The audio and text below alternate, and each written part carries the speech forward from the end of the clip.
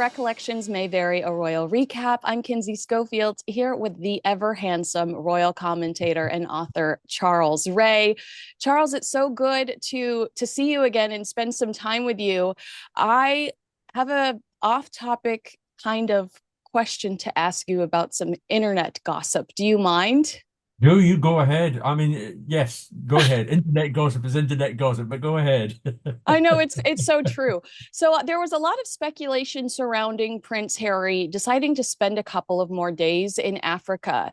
And of course, like all of the whispers right now are the fact that we're seeing Harry and Meghan pursuing things solo. And of course, that's generating conversations around the status of their relationship, but that really intensified when we found out that Prince Harry decided to spend a few extra days in Africa, after he had done this, whatever you would call it, mini faux royal tour by himself that a lot of people deemed quite successful. My question to you is, could Prince Harry be recording the Africa documentary that we heard he was allegedly producing for Netflix under the radar? They've become so secretive that I wonder if that is why he might have been spending a couple of days in Africa without Meghan. It is possible, Kinsey. I mean, like you, I've heard that he's supposed to be doing this Africa documentary, and it's got all the ideal aspects of being the right opportunity for him to do something like that. We have known for some time that they have traveled occasionally with a Netflix film crew to various places, including the UK. So it is possible. I think we'll just have to wait and see if it actually comes off. I mean, they need a new project. I mean, they've done enough as it is. They spent most of their time just criticizing the royal family, with their various Netflix programs. They need new topics now. They need new topics that are interesting. Now we have a lot of documentaries in this country about the royal family, various aspects, Diana, the Queen, all sorts of stuff that happens on a Saturday night, usually on what we have here, Channel 5. It seems to be the place for these sort of documentaries. Now, if Harry is doing a documentary, I'm sure, and it's not a moaning mini documentary. It's an actual positive scenario. Then I'm sure it should do quite well, if in fact that's what he's been doing. Yeah, I think I wanted to make sure I circled back to this topic because when investigating or kind of collecting information about the African Parks charity scandal, I thought to myself and probably said out loud, well, no wonder that African documentary died, that there was all this buzz about. And even our mutual friend from last week, or the week before, Tessa Dunlop, told me that one of her friends, who is a female director, was approached about that documentary, the African documentary for Yeah. Netflix. So I wondered if they had to put it aside because of the African Park scandal. Would a documentary on Africa jeopardize his relationship there because everybody would bring it up? But the idea that potentially he's there in Africa, I always want to admit when I'm wrong. So if he is there, I admit that I'm wrong in saying that perhaps they had to put that aside because of the African Park scandal. I'm with you. I'd love some positive content. Yeah. And yeah, you're right. The African Park scandal was a problem. I mean, it hit the newspapers here, but I have to say, in the great scheme of things, in terms of royal matters, it didn't engender that much controversy here about it. But I'm sure he was consulted about the problems with that situation. And I still think, if he's doing the Africa thing, best of luck to him. I just hope it comes over as something positive. I think I'm like you. I have criticized Harry in the past, and both of them in the past. But if he's doing something positive that will help his charity, Centre Bali in Africa, at the end of the day, well, then that's fantastic. I'm all for him doing those sort of things. And we've seen him when he's been doing his charity stuff, even when he was here with Well Child and all these sort of projects that he does.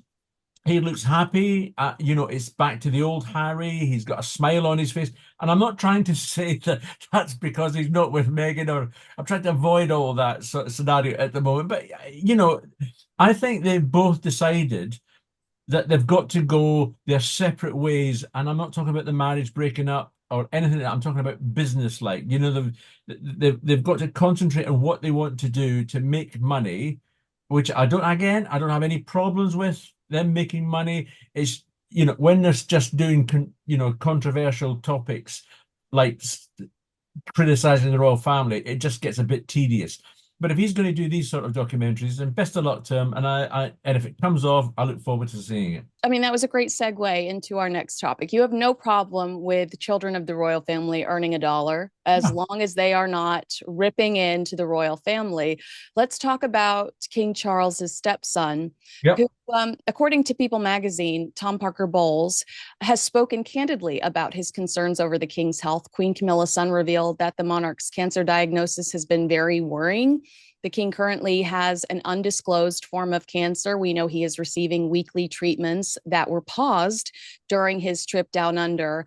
Now, the foodie and food author admitted it's a terrifying disease, and when someone close to you gets it in whatever capacity, it's a very worrying thing. Adding, "But my mother is strong as well. She supports him in Yeah. every way. I think it's wonderful to have someone you love by your side." I People are going to criticize him and say, "Why do you get to talk about the royal family?" How do you respond to that? um I think that criticism of Tom would be misplaced, to be Mm-hmm. perfectly honest. Yeah. Uh, because he's the stepson of the king, he's still the son of the queen, he is in a much freer state that he's able to comment. I mean, what the things he said, aren't critical of anybody. They're actually quite nice. I mean, he's only said statements of fact, that cancer is a terrible disease, and his stepfather now is fighting it, and his mother is doing her best, as we know, to try to control the king because he is a workaholic. And I can imagine that there are times late at night where Camilla has come into his study and is just going, look at the time, get to bed. You need to get your rest. And as we've seen, the cancer treatment has been paused while he was in Australia. But now that cancer treatment returns again. And we had a bit of news the other day that, he is hoping to return next year to bigger, well, not bigger overseas tours, because you can't get much bigger than Australia, but more overseas tours, at least two, one in the spring, one in the autumn. So that's something to look forward to. And if his health, holds out, and I'm, fingers crossed and everything else, he looks great. I just thought when I saw him in Australia, that he looked fantastic. He seemed to enjoy the interaction with all the sort of, all these naughty Republicans who wanted to get rid of them. Didn't look like that to me, to be perfectly honest.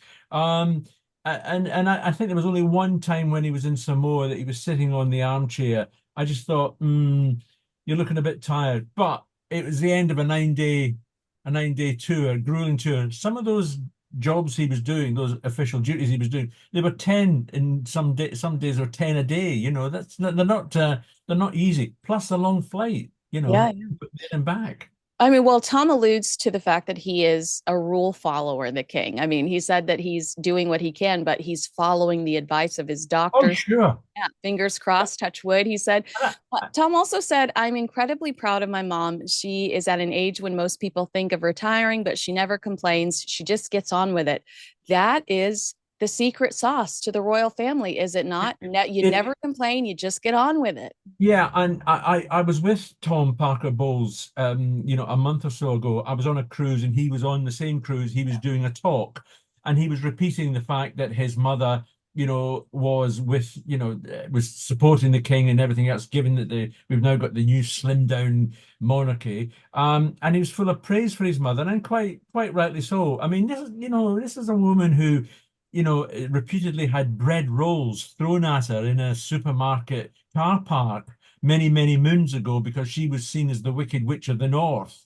And it took a great deal of time for her to get to where she is now, a key member of the royal family, and she's doing the job very, very well. You can't fault her for that. And I think Tom's very, very rightly so. It's her son. He is her son, and he's very proud of his mother, and there's no doubt about that. Okay, so just one last soundbite I'm going to try to Mm. squeeze out of you right now. I'm with you. I agree that these quotes are very canned and generic Mm. enough. He's not giving too much away. The mystique is No. still there.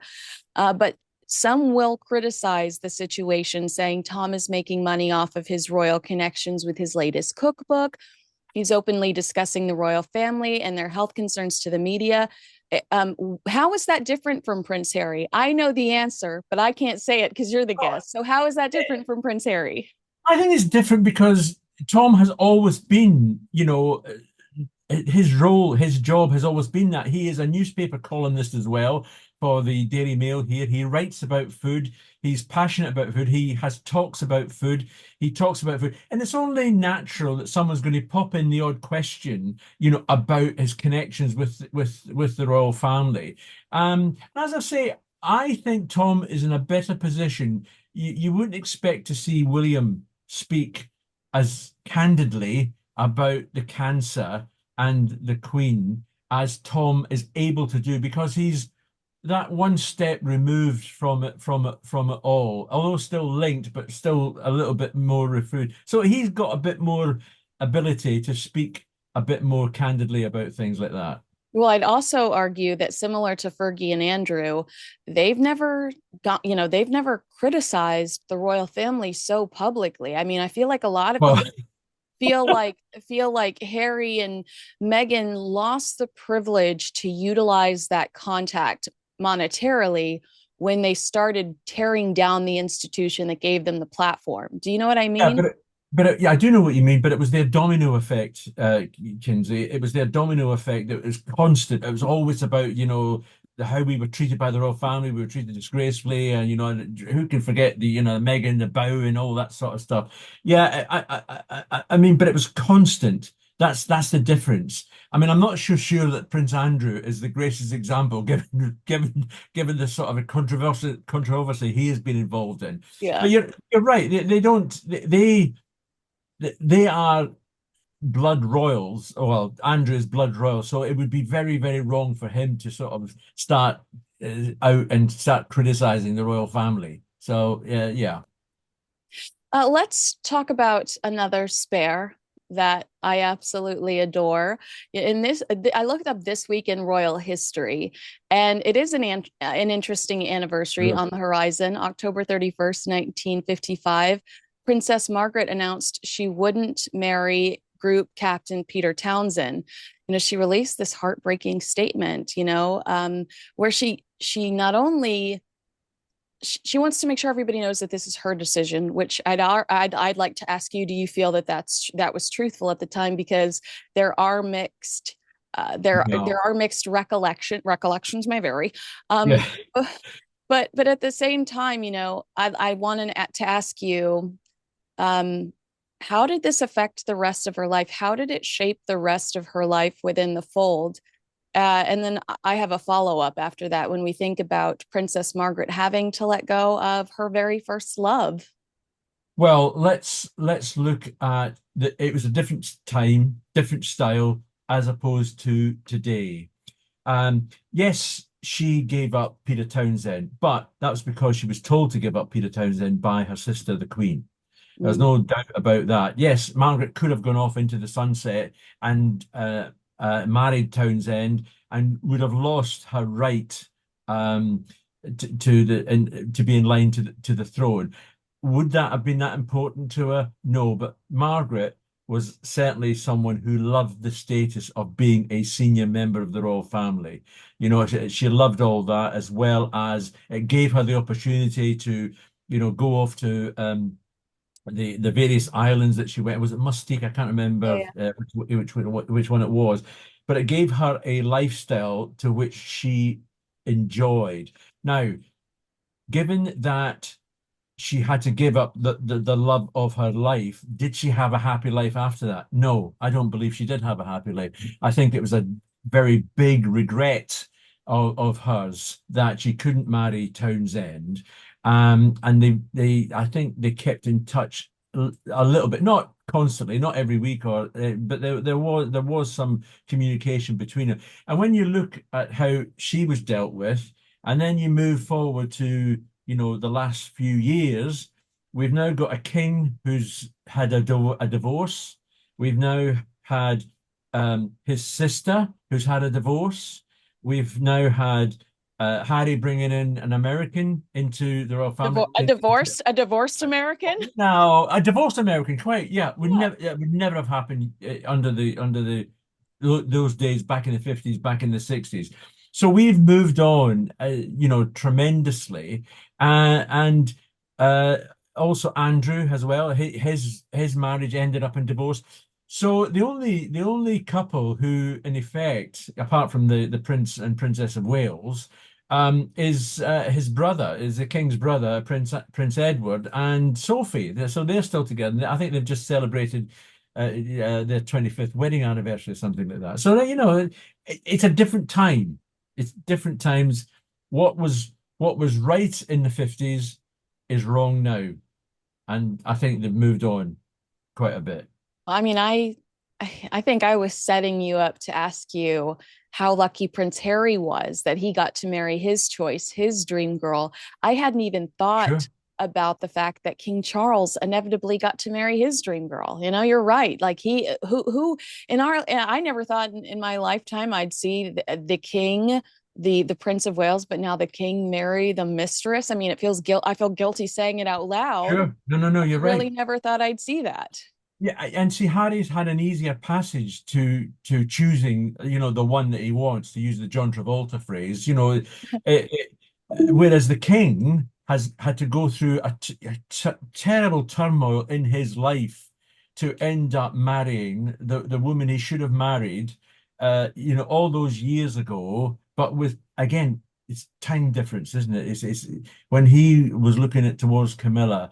And he had Lord Mountbatten saying to him, "Well, she's good enough to be a mistress, but you can't marry her." And of course, he went off to sea, because he's a bit of a ditherer. He went off to sea, and Andrew Parker Bowles then stepped in, and he married her. Now, so you've got those two families now who were in effect, destroy is not the right word, but who were involved in the drama of it all. But again, yeah, they're now together, and they should have been together years and years and years ago. Maybe we wouldn't have had the problems that we've now got if they had been together. Who That's so, knows? that is so fascinating to think about. I mean, it is interesting the way that history repeats itself sometimes in the royal family, and I think that that's one of my favorite aspects of it. When people are like, "Why are you an American that's obsessed with this family?" I'm like, it's just so fascinating to watch some of the history repeat itself. But I wish that Harry and Meghan. I think Harry is just so full of resentment towards the queen, the now queen, Queen Camilla, that they didn't take time to process or learn about Charles and Camilla's journey, because had they invested in that history, they would have realized that Camilla could have really been a good mentor for Meghan. Camilla had, like, all of the Sure. hate that she received, all the negative press she received. Camilla could have been like, all you got to do is keep your head up. But unfortunately, they didn't want to pursue that. It's interesting, Kinsey, because I was doing some research on the other day, because someone was asking me something about when Harry first met Camilla. And when he met Camilla, the word was, "Oh yeah, she's a nice woman. She's not a wicked stepmother type or anything like that. You were getting on very, very well," which is vastly different, to what he's been saying, in Spare, and how she was conniving and she was treacherous and she's almost to the wicked stepmother. So I'm not sure why he's suddenly changed his opinion of her. I mean, but again, I suspect that's because in his machine gun attack on the royal family, he decided not to leave anyone else standing about it, to be perfectly honest. Right. He knew that he was cashing a very significant check, and there were very high expectations. Yeah, They needed their return on investment. they did, but you can we blokes are very strange type people, and if you attack our partners or our wives, we tend to get really upset about that sort of stuff. And I can believe that the king was not at all happy with his son attacking his wife, Harry's stepmother. I mean, if you look at the way that William gets on with her, I mean, clearly a perfectly normal, it's fine, they're chatting away, smiles all over the place. Well, Harry could have had that as well, but he chose a different path.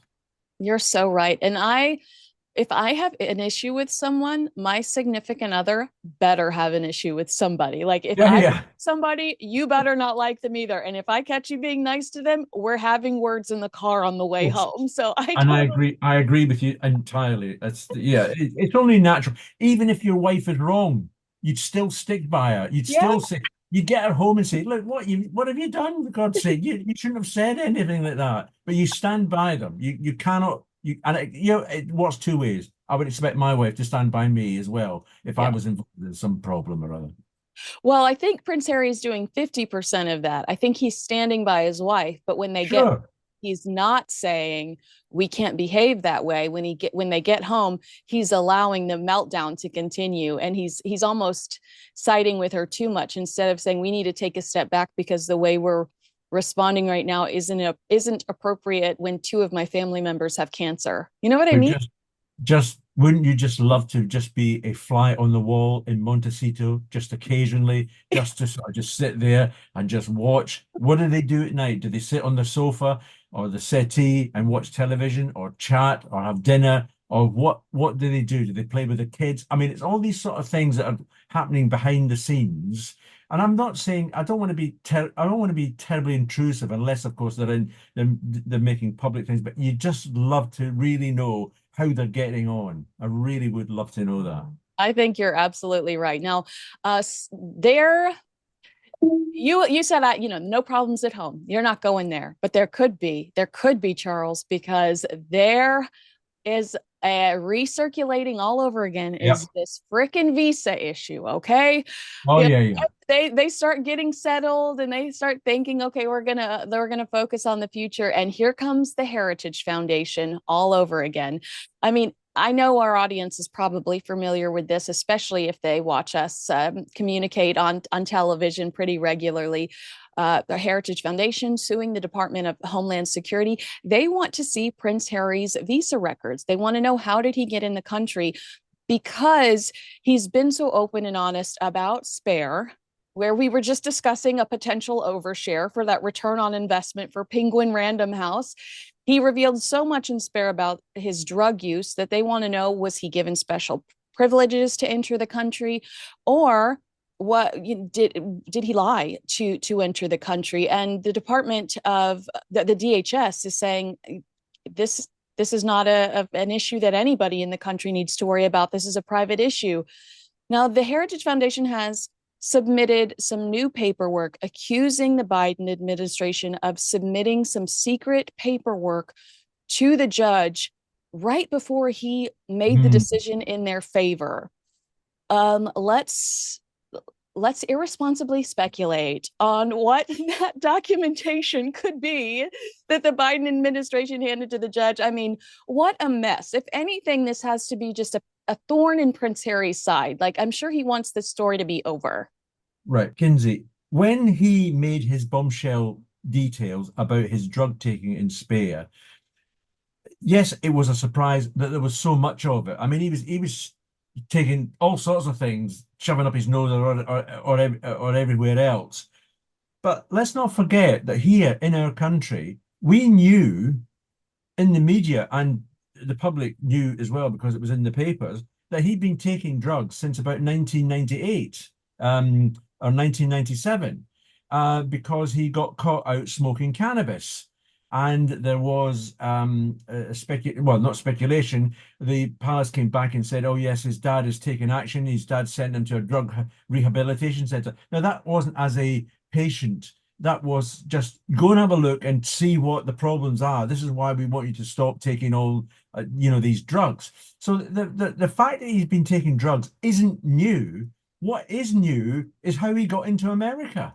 Yeah. Because I was always under the impression that you guys are much tougher on drugs for certainly people coming to your country.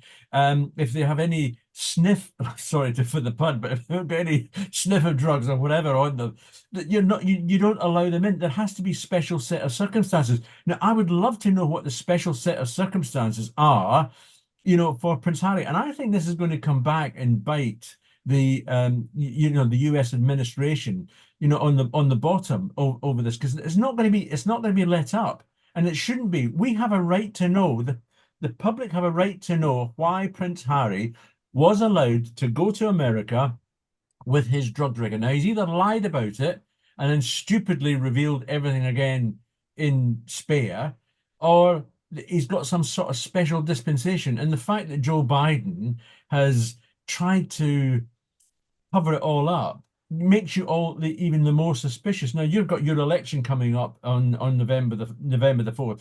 I'm not going to try and guess who's going to win, but whoever's going to win is going to face that problem after. They're going to be asking questions. Why is Prince Harry still in the US if he is an admitted has taken drugs? I'm assuming he doesn't take drugs anymore. I hope he has. Yeah. I mean, well, he did tell that therapist when he was promoting Spare. Remember when you had to buy another copy of his book to watch that one-time stream of him and the therapist? He did do Yeah. that. He was talking about taking that thing that I could never pronounce that makes you hallucinate. So I do. I'm Oh under. yes, yeah, but I was assuming, and forgive me because I don't know too much about this, but I was assuming that was done under a legal way. Well, I mean, I don't. Is I it don't take legal drugs. I don't anywhere? take drugs anyway, Yeah, Kinsey. I I'm don't daft. either. I'm daft enough as it is. I don't believe me. I don't need to take any drugs. So I was assuming again that just shows his naivety in bringing it up himself, and then why would you not expect people to ask questions, because it's quite a serious thing, to have done, taken the drugs. And we have to believe, I mean, I think Biden at one stage was actually saying that what Harry wrote in Spare hadn't been verified. Well, how Yeah, they much more did. They verification do did. you want? They did, and to prove your point, it's my understanding, according to the Sun, that the reason Liam Payne was still in Argentina was because he was trying to get some whatever, Yeah. some form of visa, and they looked him up and saw that he'd recently been in rehab. And so, to your point, if you had been reporting on Prince Harry utilizing drugs since 1998, that information is out there. That Oh, information sure. is available to anyone. It's beyond Spare. It's beyond the pages of Spare. And again, I'm not going to get political in this arena, in this conversation either, but to prove their point about how Prince Harry, was of public interest, the Heritage Foundation released Melania Trump's mother's immigration documents in this last dump after gaining access to them through the Freedom of Information Act, which is what they initially Mm. used to try to get Prince Harry's. So they were trying to prove, well, why is Melania Trump's mom's information available to us, the former First Lady? And Melania is very upset about this. To me, because she says it's actually jeopardizing her safety after multiple assassination attempts on her husband. Now people Mm. have access to her family members' contact information and access because of this Freedom of Information Act. They handed all of this information about her mother over to the Heritage Foundation. I don't think that reflects great on the Heritage Foundation. I believe in this mission to get the truth about Prince Harry, but now it's like Melania and Donald Trump are probably angry at both the Heritage Foundation and Prince Harry, and it's a kind of a hot mess.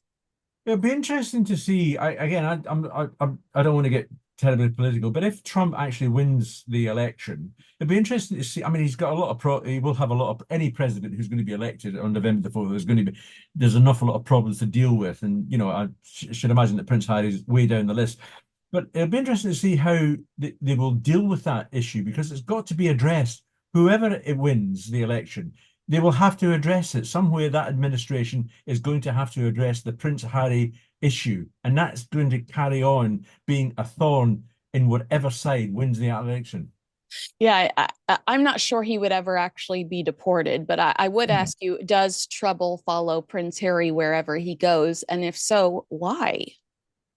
There was a time where I think I've mentioned this to you before. There was a time where Harry was regarded as a hero. He did two tours of Afghanistan. He started up Centre Bali. He started up the Invictus Games. He was the darling of the whole country. A cheeky chappy, liked a bit of a drink.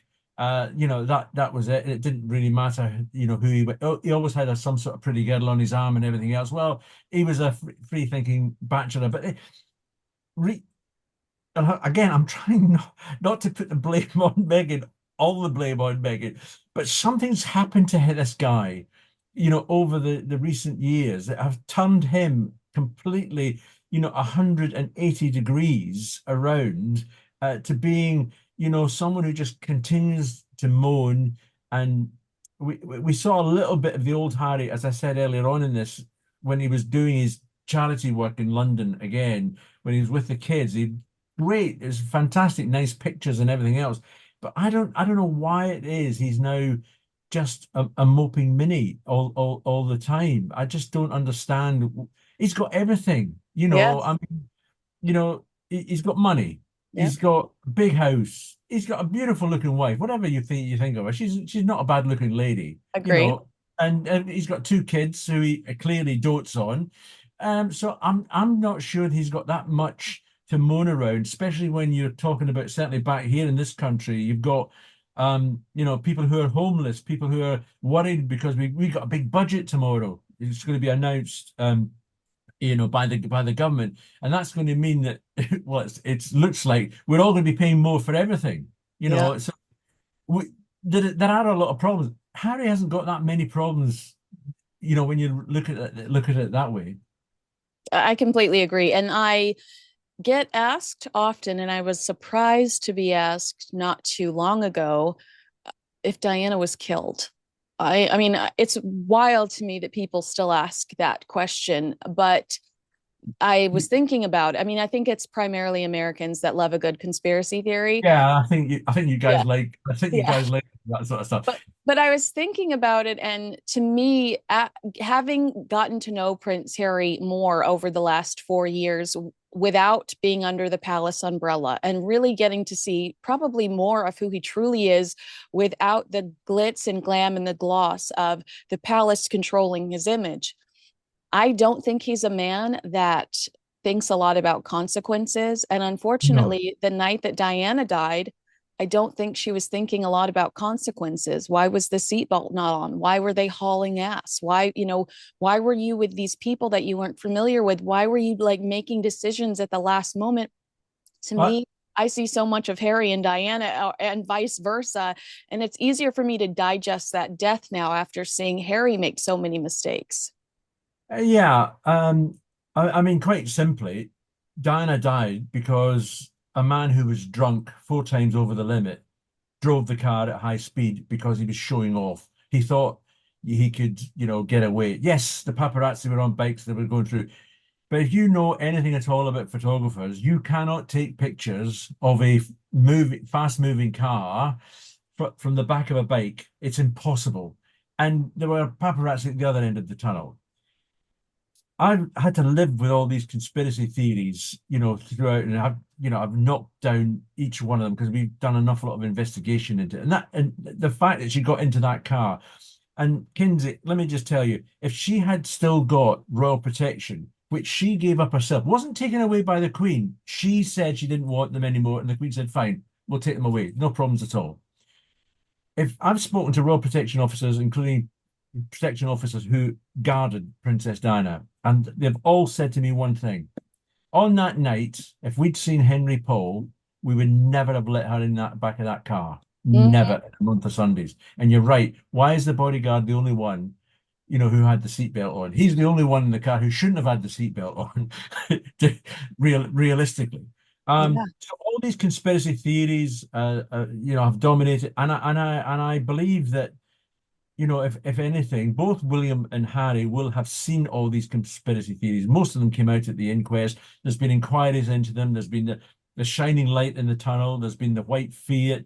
There's been Muhammad Al Fayed saying it was Prince Philip along with our Secret Service, the MI5, wanted to. But you said, why would they want to kill her? It's not as if anything was going to change. There was no reason for any of these things to happen. So unfortunately, sorry to bust anybody's bubble in America, but you're all wrong about the conspiracy theories. You've still got conspiracy theories about James Dean, Elvis, all this sort of thing. And Diana's conspiracy theories are going to go on and on and on long after I'm gone. You're absolutely right. Unfortunately, that is the truth. Last but not least, I'm very curious to hear your opinion on this. I'm assuming that this came out because of Prince William's new ITV documentary, Prince William Weekend and Homelessness. We just found out this week that we actually can stream that here in the States on Disney Great. Plus too. Yeah. And I don't think that they're necessarily trying to challenge the prince's message. I mean, I'm hoping that they're trying to complement it, but the big issue, a publication with the mission of getting unhoused individuals employed, they published an opinion piece about why Prince William should consider opening up Buckingham Palace and other royal residence to those experiencing homelessness. I mean, I say that I feel like they're trying to complement it because we've seen the prince work with them multiple times, like Sure. show up randomly and sell the magazine. And it's a really great PR move for the magazine and Prince William. They calculated that the palace could fit 1,974 studio flats inside. It's 77,000 square meters. You know, just tell me what your thoughts are here because I'm immediately horrified culturally that I would lose my favorite building in London. Well, I can set your mind at rest. It's never going to happen, Kinsey. It's never going to happen because the thing is that um, the King, Prince William, any other member of the royal family does not own Buckingham Palace. It's owned by the Crown Estates. Now, the King has the use of these palaces. They only actually own two or three palaces, and that is Sandringham, Balmoral, and there's one other that just can't slip my mind at the moment. So everything else is owned by the Crown Estate.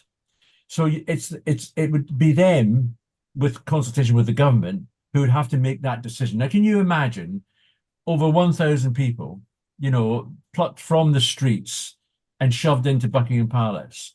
Can you imagine what would happen at the changing of the guard? What would all these tourists do and everything else? So it's not a feasible exercise, and commendable as it is that William has taken on this mantle of trying to help the homeless, which is fantastic, and so he should. At the end of the day, he can only do so much. Mhm. People responsible for homelessness, in my view, has got to be the government. They have got to take action. It's like any government. If you want to clean up the streets or whatever else, you have to build more houses of affordable housing for these people. You have to give them the ability to earn money so that they can pay the rent on these houses, which are affordable. So what William is doing is, as he has been doing since he was aged 11 when Diana first took him to a homeless charity so he could see and chat to people and everything else.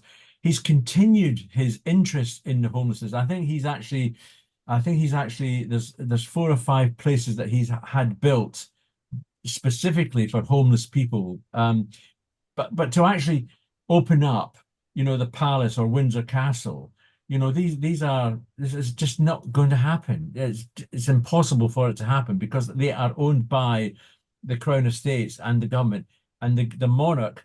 They're held in perpetuity, not just for Charles, but it's the monarch. That's so the next monarch, which will be William, he'll run it all. And there's a two or three other places that they own, like Royal Lodge is a Crown Estate, but there's 2 or 3 other places that are held by the Duchy of Cornwall, which was Prince Charles's. He ran that. Now Prince William runs it. So it's not owned by the government, and it's certainly not owned by a single person of the royal family. I think that converting a very old building into high traffic living quarters sounds incredibly expensive and full of obstacles. I've watched Escape to the Chateau on HGTV, and I can't imagine the gutting that would be required Oh, in Buckingham Palace. You made a really interesting point about, Prince William's ability. It's great that he's taken it on, but he is limited in what he's able to do. Is that opinion piece even fair to spring on Prince William when he has openly admitted that he feels guilty about not being able to do more? I mean, I know we shouldn't cry for Prince William. He's a very privileged young man, but I also think we need to have realistic expectations. well, yes, because the problem with it is that there is a sizable majority of people who will see, as we are discussing at the moment, oh, look at that big place at the end of the mall, that big Buckingham Palace. It's got loads of rooms. We can shove all sorts of people in there. But it's not feasible. Our government needs to work to help these people. William can only do so much, and I think it's, as I said to you, I think it's commendable that he's doing what he's doing. Was the big issue piece fair? Probably, because the big issue is designed. It's a man called John Bird who started it all off. I know him. I used to know him reasonably well. And it's a great magazine, and you see all these sellers on the streets, and they buy the magazine at a cut price rate, and I think it's now cost £2. Well, whenever I see these guys, I always give them the money and tell them to keep the magazine because that's another sale for them. Yeah. Do you know what I mean? It's a way that they feel as if they're contributing because they're earning money by themselves. That's the whole point of the big issue. And I think it's fair that the big issue brings up these problems, these situations. And I don't actually see it as a criticism of William at all. I think it goes alongside. You see, if you get a member of the royal family who can support a charity, very much like Diana did, and when Diana did her charities, I've been to America with Diana on a number of occasions where she was at various events, and people were paying $10,000 a plate just to be in the same room as her. Not, and if you get closer, if you get closer and closer to it, that $10,000 went up and up and up. And that money didn't go to Diana. That money went to that particular charity, and they were making all sorts of money, which is one of the reasons why an awful lot of charities, when Diana unfortunately died, they found their money, coming right down. I think, the fact that you get William and other members of the royal family supporting a charity, that helps that charity in promotion and in finance. So true. And I love actually getting to see them out and about, and especially with Prince William. I say this so much.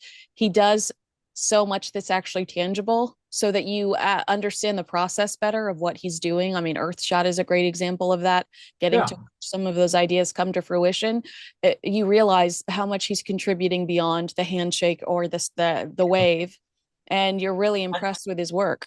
And that's not just a figurehead role. He Yeah. he really is involved in Earthshot. I mean, he just doesn't turn up for the photo shoot or the dinner for it as well. He actually behind the scenes, he is doing an awful lot of work for these various charities as well, as are other members of the royal family. And we mustn't forget the Princess of Wales, who too is battling cancer, but Yeah. she's continuing to work, as was the prince, as was the king. When we knew about his cancer, he was still reading his red boxes, the government boxes that come through, and as he was done in Australia. Now you'd have thought in this day and age of new technology, they could have sent him an email. Oh no, they can't send him an email. They've actually got to send physically the red box so he can actually look at the papers.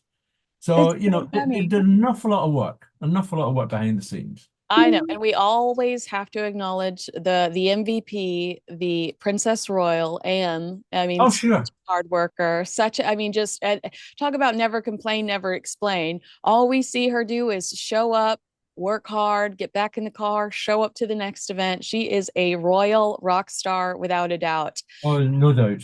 All right, royal commentator and author Charles Rae, thank you so much for spending Nice time. to see you again. I know the audience is going to love this chat. Agree with us, disagree with us, let us know in the comments below. Make sure you like, subscribe, and share this conversation with a friend or your mom. I get a lot of people that say, my mom and I loved that. And I love that your mom and you loved that. Thanks so much for watching. I'm Kinsey Schofield. Charles, we'll see you again so soon.